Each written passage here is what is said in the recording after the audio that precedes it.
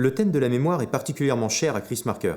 Beaucoup de ses films abordent le sujet de près ou de loin, et le fait même de collecter des images et des vidéos, et de les organiser en films cohérents, témoigne d'une volonté de contribuer à la mémoire du monde.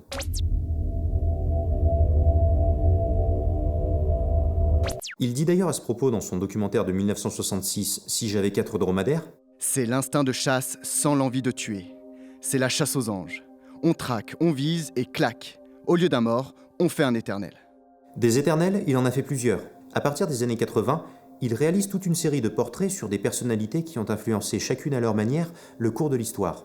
De Simone Signoret à Yves Montand, en passant par Andrei Tarkovsky et Akira Kurosawa, qu'il suit sur le tournage de Ran. Ces portraits, qu'il réalise avant tout après la mort de leur sujet, sont autant d'occasions pour Marker de parler avant tout d'une époque, et de montrer que si l'on peut agir sur l'histoire, l'histoire elle aussi agit sur nous et nous englobe. Dans son film Level 5, sorti en 1996, une jeune femme, Laura, incarnée par Catherine Belkodja, crée un jeu de stratégie informatique sur la bataille d'Okinawa. Un jeu certes, mais où il ne sera pas possible d'altérer le déroulement historique de la bataille. En 1945, suite à la défaite du Japon à Okinawa et sous la pression de l'armée impériale, des milliers de civils japonais se donnent la mort pour échapper au déshonneur.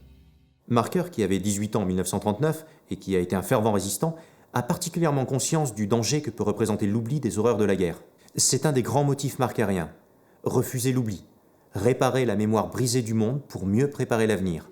Toujours dans le même film, il imagine un monde 2000 ans dans le futur où la mémoire sera totale, où il n'y aura plus d'oubli. Tandis qu'en parallèle, l'héroïne du film bute sur certains souvenirs et pense avec préoccupation à l'effet néfaste que le temps aura sur sa mémoire.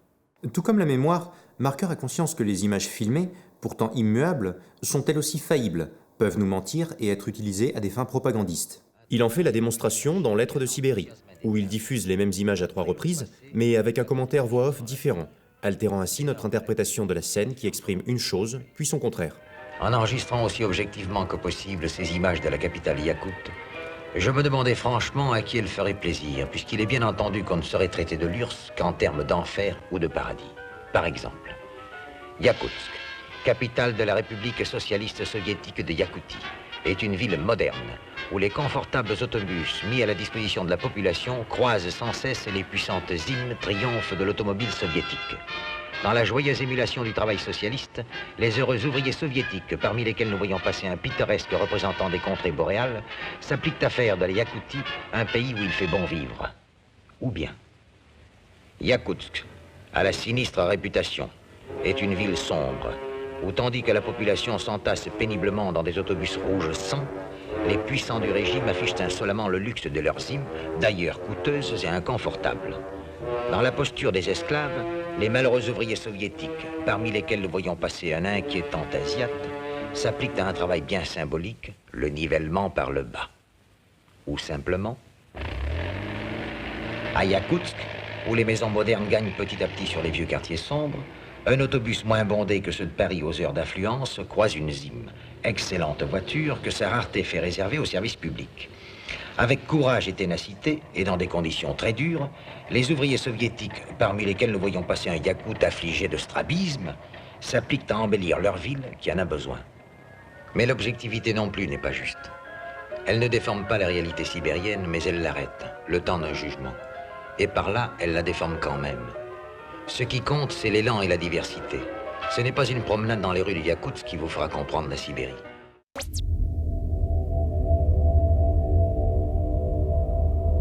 Marker est particulièrement intéressé par des supports alternatifs à la mémoire, des supports plus fiables que le cerveau humain. La littérature, la photographie et le cinéma en font bien évidemment partie, et il explore dès son plus jeune âge ces différents formats. Mais c'est à la fin du XXe siècle qu'il voit dans l'informatique un moyen formidable de stocker des souvenirs, et surtout, comme dans un véritable esprit humain, de les organiser.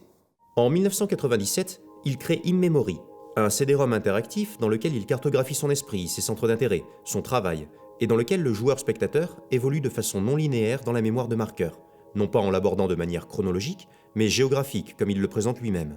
Nous avons tendance à voir notre mémoire comme une espèce de livre d'histoire. À tout le moins, nous sommes les personnages d'un roman classique. Une approche plus modeste et peut-être plus fructueuse serait de considérer les fragments d'une mémoire en termes de géographie. Dans toute vie, nous trouverions des continents, des îles, des déserts, des marais, des territoires surpeuplés et des terra incognita. De cette mémoire, nous pourrions dessiner la carte extraire des images. À noter qu'un film d'animation récemment oscarisé évoque grandement la vision du cerveau humain qu'a Marker. Dans Vice Versa, des studios Disney Pixar, sorti en 2015, les personnages de joie et tristesse voyagent à l'intérieur de l'esprit de la jeune Riley. Un esprit constitué d'îles, symbolisant les différentes facettes de sa personnalité. Les souvenirs transitent par ces îles et sont soit conservés par Riley, soit perdus dans la fosse de l'oubli. Derrière la succession d'événements en apparence aléatoires qui forment tout au long d'une vie la mémoire, Marker envisage qu'il émerge une structure organisée et plus cohérente qu'il n'y paraît.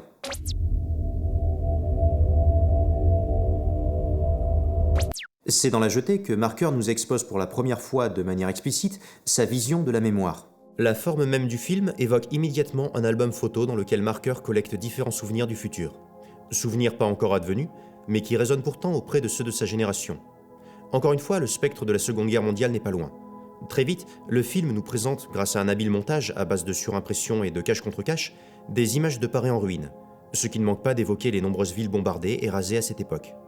Dans les souterrains où survit l'humanité, on croise des images de mort à chaque recoin. Sur les prisonniers de guerre, on pratique des expériences qui les laissent dans un état second, fantomatique. On n'est pas loin des expériences pratiquées par les nazis dans les camps de concentration. En pénétrant dans ces galeries, on peut d'ailleurs distinguer des murmures en allemand, laissant imaginer que ces derniers sont cette fois sortis vainqueurs de la guerre. Mais à quel prix ? Dans ce film d'anticipation, Chris Marker imagine un futur hypothétique où il rejoue un drame du passé. Un passé à deux vitesses, car l'histoire avec un grand H est à la fois collective, c'est celle du monde entier, mais aussi plus intime, c'est celle du héros. Et là encore, le roman photo sert parfaitement la vision de Marker. Quoi de mieux en effet qu'un album photo lorsque le héros voyage à l'intérieur de son passé, rattaché à lui par les images particulièrement fortes qu'il en a.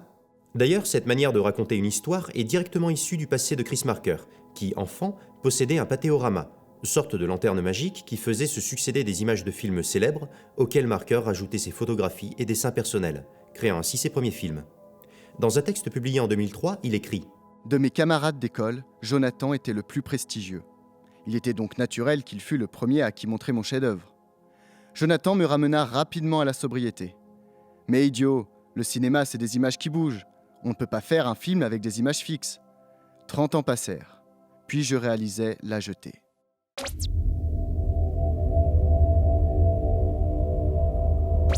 En dépit d'une vision glaçante de l'avenir, Marker reste profondément optimiste. Son œuvre pose un regard parfois dur sur le monde, mais conserve une grande part d'humanisme. La Jetée ne déroge pas à cette règle. Malgré l'apocalypse, on entrevoit une issue possible pour l'humanité, qui finalement survit et prospère à nouveau. Les hommes du futur viennent au secours de ceux du passé, en leur fournissant un moyen de subsistance énergétique. Ils décident également d'aider notre héros, qui, malgré ses escapades romantiques à travers le temps, est toujours prisonnier de son présent. Ils lui proposent de les rejoindre à leur époque, mais celui-ci décline leur offre et choisit de retourner dans le passé pour retrouver la femme qu'il aime, le menant à l'issue fatale qu'on lui connaît. Pourtant, la fin de La Jetée, qu'on reçoit comme un véritable coup de poing, n'a pas nécessairement à être perçue comme une fin tragique. La boucle temporelle, un concept si cher à beaucoup d'amateurs de SF, permet au héros du film de s'affranchir de sa propre mort, puisqu'elle engendre dans le même temps sa capacité à voyager dans le temps, qui lui permet de revenir au moment de sa mort et de boucler la boucle à l'infini, lui offrant une forme d'immortalité. Cette mort qui nous apparaît si injuste imprime pourtant cette image du passé chez le héros encore enfant, image qui va lui permettre de s'incarner à différentes périodes, non seulement pour sauver l'humanité, mais beaucoup plus important, pour retrouver cette femme, et vivre avec elle une histoire d'amour qui n'aurait pas été possible dans une temporalité plus conventionnelle.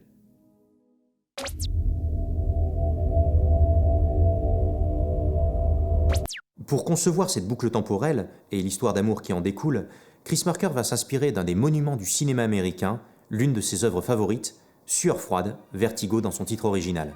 Alfred Hitchcock réalise Vertigo en 1958, en se basant sur le roman français D'entre les morts, de Pierre Boileau et Thomas Narcejac, écrit 4 ans auparavant. Dans ce film, James Stewart incarne l'ancien officier de police John Scotty Ferguson, dont les crises de vertige ont causé la mort de l'un de ses camarades lors d'une intervention. Il est engagé comme détective privé par Gavin Elster. Sa femme, Madeleine, jouée par Kim Novak, semble être possédée par le spectre de son arrière-grand-mère qui s'est donné la mort plus d'un siècle auparavant. Il s'agit en réalité d'un stratagème de Gavin visant à tuer sa femme. Cette dernière, enfermée depuis des semaines, est remplacée par un sosie qui doit faire croire à la folie de Madeleine et à son suicide. Le plan fonctionne à merveille et Gavin Elster s'en sort sans aucun soupçon. Mais ce qu'il n'avait pas prévu, c'est que Scotty et le sosie de Madeleine tomberaient éperdument amoureux. Errant dans les rues de San Francisco, Scotty tombe par hasard sur une jeune femme lui rappelant son amour perdu. Cette femme, Judy Barton, est en réalité le sosie de Madeleine, avec qui Scotty tente de revivre la relation qu'il a perdue. Une succession d'événements mèneront les deux personnages au sommet de l'église où la vraie Madeleine a trouvé la mort et à rejouer la scène, qui s'achèvera cette fois par la chute de Judy, sous les yeux horrifiés de Scotty, forcé de perdre une nouvelle fois la femme qu'il aime. Le film ne connaît pas un énorme succès au moment de sa sortie. Les critiques sont mitigées. Les recettes, sans être catastrophiques, sont inférieures aux précédents films de Hitchcock, et Orson Welles ira même jusqu'à dire que Vertigo est pire que Fenêtre sur cour. Pourtant, il acquiert très rapidement le statut de monument du cinéma, notamment grâce au Cahier du cinéma et à François Truffaut, qui, à la fin des années 60, commence à reconsidérer l'œuvre de Hitchcock et à y voir bien plus qu'un quelconque réalisateur de films populaires. D'une série d'entretiens entre les deux hommes étalés sur plus de 4 ans, naîtra Hitchcock-Truffaut, surnommé le Hitchbook, ouvrage de référence sur le maître du suspense. Chris Marker, de son côté, n'a pas attendu l'aval de ses pairs pour y voir un véritable chef-d'œuvre. Le film va apparaître en filigrane dans l'ensemble de sa carrière de cinéaste et va servir d'inspiration majeure pour La Jetée. Il dira même de son film qu'il s'agit d'un remake de Vertigo à Paris. Et en effet, les similitudes sont nombreuses. Les promenades de Scotty et Madeleine évoquent celles des deux héros de La Jetée dans Paris, qui est un peu un miroir de San Francisco, les deux villes revêtant dans chaque film une importance particulière. La musique de Trevor Duncan, quant à elle, choisie soigneusement par Marker, évoque le travail de Bernard Herrmann sur Vertigo. Mais la scène qui lie plus particulièrement les deux films est celle du séquoia. Dans Vertigo, Madeleine entraîne Scotty à Muir Woods, un parc naturel. Dans le plan d'Elster, Judy, déguisée en Madeleine, doit faire croire qu'elle est possédée par le fantôme de son arrière-grand-mère. Une scène similaire a lieu dans La Jetée. La référence est évidente. La différence étant que Madeleine pointe vers le passé, tandis que les héros de La Jetée pointent vers l'avenir. Ils se servent tous deux de la coupe d'un séquoia millénaire pour désigner l'époque à laquelle ils appartiennent, prétendument pour Madeleine. La scène du séquoia permet également à Marker d'éviter de donner à son film une temporalité précise. Aucune date n'est mentionnée, simplement les anneaux d'un arbre qui permettent de matérialiser un passé, un présent et un futur, tout en maintenant un flou, celui du souvenir. Le drame que vit Scotty dans la deuxième partie de Vertigo est justement un drame lié au souvenir. Souvenir de Madeleine dont il ne peut se défaire et qui le fait sombrer dans la folie. Le prénom de Madeleine n'est pas choisi par hasard. Il fait écho à la Madeleine de Proust, qui, dans le premier tome de La Recherche du temps perdu, écrit en 1913, évoque au narrateur un fragment de son passé chargé en émotions. Scotty ne veut pas de Judy, il veut retrouver Madeleine, tout du moins l'interprétation que Judy faisait de Madeleine. Il l'habille comme elle, la contraint à se teindre les cheveux, l'emmène dans les endroits qu'ils avaient fréquentés ensemble. La force du scénario de Vertigo est de permettre à Scotty de voyager dans son passé sans qu'il n'y ait pourtant aucun déplacement temporel. Et le final, tout comme celui de La Jetée, forme une boucle dans le film. Scotty, en tentant de reconstituer la scène de la mort de Madeleine et de réparer ses souvenirs brisés, mène Judy à sa mort et vit la même scène à 2 reprises. Le motif de la boucle ou de la spirale est d'ailleurs très présent dans le film dès le générique conçu par le graphiste Saul Bass. On peut ainsi mentionner les spirales que forme la coupe de séquoia, la spirale de l'escalier en colimaçon qui mène au clocher de l'église, et bien sûr ce plan mémorable où la caméra d'Hitchcock effectue un 360 degrés autour de ses personnages, le temps d'une réminiscence de la part de Scotty.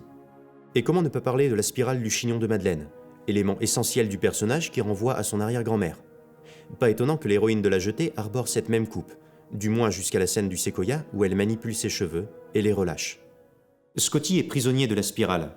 Pour l'homme de La Jetée, il s'agit au contraire de son salut. On peut considérer Vertigo comme une variation du mythe d'Orphée, qui, à la mort d'Eurydice, descend aux enfers pour la ramener parmi les vivants. Et c'est justement après la mort de Madeleine que Scotty va faire ce rêve à la symbolique forte.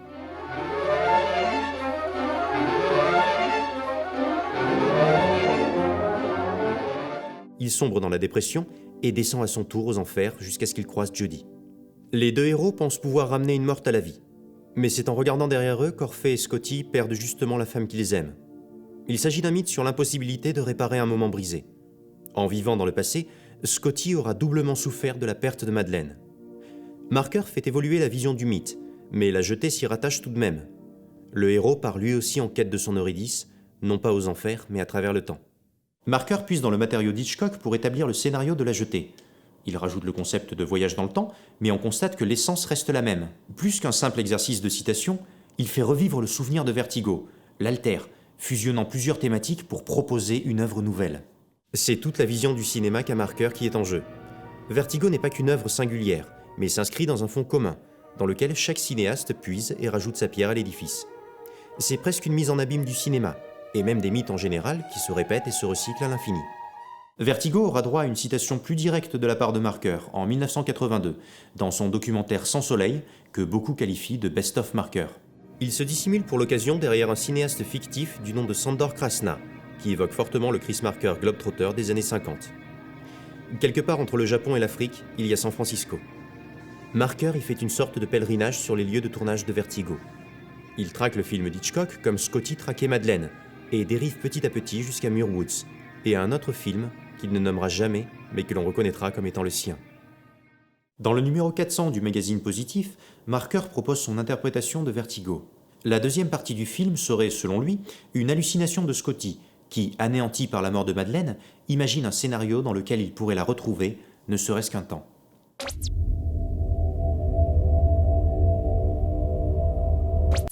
En près de 70 ans de carrière, Marker aura réalisé pas loin de 130 films, écrit quantité d'articles sur le cinéma, sur ses voyages, participé à une vingtaine d'expositions et aura même créé un musée virtuel sur Second Life dans lequel il donnera l'un de ses derniers entretiens par avatar interposé.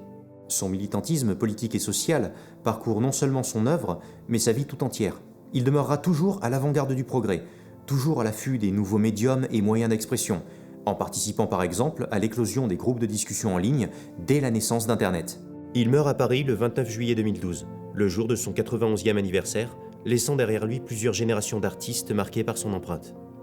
Si vous vous baladez dans Paris, New York ou même Séoul, vous croiserez peut-être au détour d'une rue Monsieur Chat, son personnage fétiche, sorte d'alter ego animalier, signe de l'impact qu'a eu Marker partout dans le monde. L'œuvre de Marker a une portée considérable dans les milieux intellectuels, en particulier La Jetée, qui aura été une source d'inspiration pour de nombreux cinéastes. Dario Argento est marqué par ce film et par la place que la mémoire y occupe. Il réalise en 1975 Les Frissons de l'angoisse, avec David Hemmings dans le rôle titre. David Hemmings qui jouait le personnage principal dans Blow Up, l'autre source d'inspiration majeure du film, d'où la présence d'Hemmings au générique. Les Frissons de l'angoisse est un film à twist. Twist que nous n'allons pas révéler, mais qui repose sur l'image d'un meurtre, qui marque profondément le héros, qui enquête alors pour finalement revenir sur les lieux du crime et comprendre la vérité qui se cache derrière son souvenir. Ce film s'inscrit dans la lignée des thrillers paranoïaques qui vont petit à petit voir le jour. Nous venons de parler de Blow Up. On peut aussi mentionner son remake, Blow Out, en 1982, réalisé par Brian De Palma et mettant en scène John Travolta dans le rôle d'un ingénieur du son, lui aussi témoin d'un meurtre, cette fois par le biais de son magnétophone. On peut penser à Conversations secrètes de Francis Ford Coppola, Ennemi d'État de Tony Scott, où une information, par extension un souvenir, doit être analysée et reconstituée avant d'être exploitée pour connaître la vérité. On peut également citer Blink de Michael Apted, avec Madeleine Stowe dans le rôle titre. Madeleine Stowe que l'on retrouvera justement très bientôt dans le remake de La Jetée. Mentionnons aussi Final Cut de Omar Naïm, avec Robin Williams, ou encore le 3e épisode de la première saison de Black Mirror, où la technologie permet de conserver ses souvenirs sur support physique, avec tout ce que cela implique d'altération. Quoi qu'il en soit, Chris Marker et sa vision de la mémoire aura marqué de son empreinte tout ce pan du cinéma. La Jetée a également été une source d'inspiration pour Luc Besson, qui réalise en 1983 son premier long métrage, Le Dernier Combat, avec entre autres Pierre Jolivet, Jean Bouise et Jean Reno. Version longue de l'avant-dernier, un court-métrage qu'il avait réalisé 2 ans auparavant, Besson nous plonge en pleine apocalypse, dans un monde où une poignée de survivants affligés de mutisme tentent de rester en vie, le tout en noir et blanc. The Red Spectacles de Mamoru Oshii, premier opus d'une trilogie et premier film de son réalisateur, nous plonge dans une histoire à la fois sombre et délirante. Le noir et blanc semble être très souvent de mise lorsqu'il s'agit de rendre hommage à Marker, et la seconde scène du film, juste après son générique, devrait vous évoquer quelque chose. Le film et son twist final forment une boucle d'un autre genre que dans La Jetée, mais une boucle tout de même. Mais nous n'en dirons pas plus. Il s'agit là d'un film à voir absolument pour tous les amateurs de cinéma japonais profondément barrés. Qui aurait cru qu'aller aux toilettes pouvait être aussi haletant ? Bien plus récent, Matt Lambert, réalisateur et photographe tourné vers l'expérimental, réalise en 2013 un remake pur et dur du film de 1962. Toujours sous forme de roman photo et reprenant le texte d'origine traduit en anglais pour l'occasion, le film d'une durée de 13 minutes s'avère bien plus glaçant et tourmenté que son modèle, malgré l'ajout de la couleur. Il existe également un court-métrage humoristique de 9 minutes, La Pupée, réalisé en 2003 par Timothy Greenberg, qui retrace l'histoire de La Jetée du point de vue d'un chien en peluche. Au-delà du cinéma, La Jetée a inspiré plusieurs musiciens.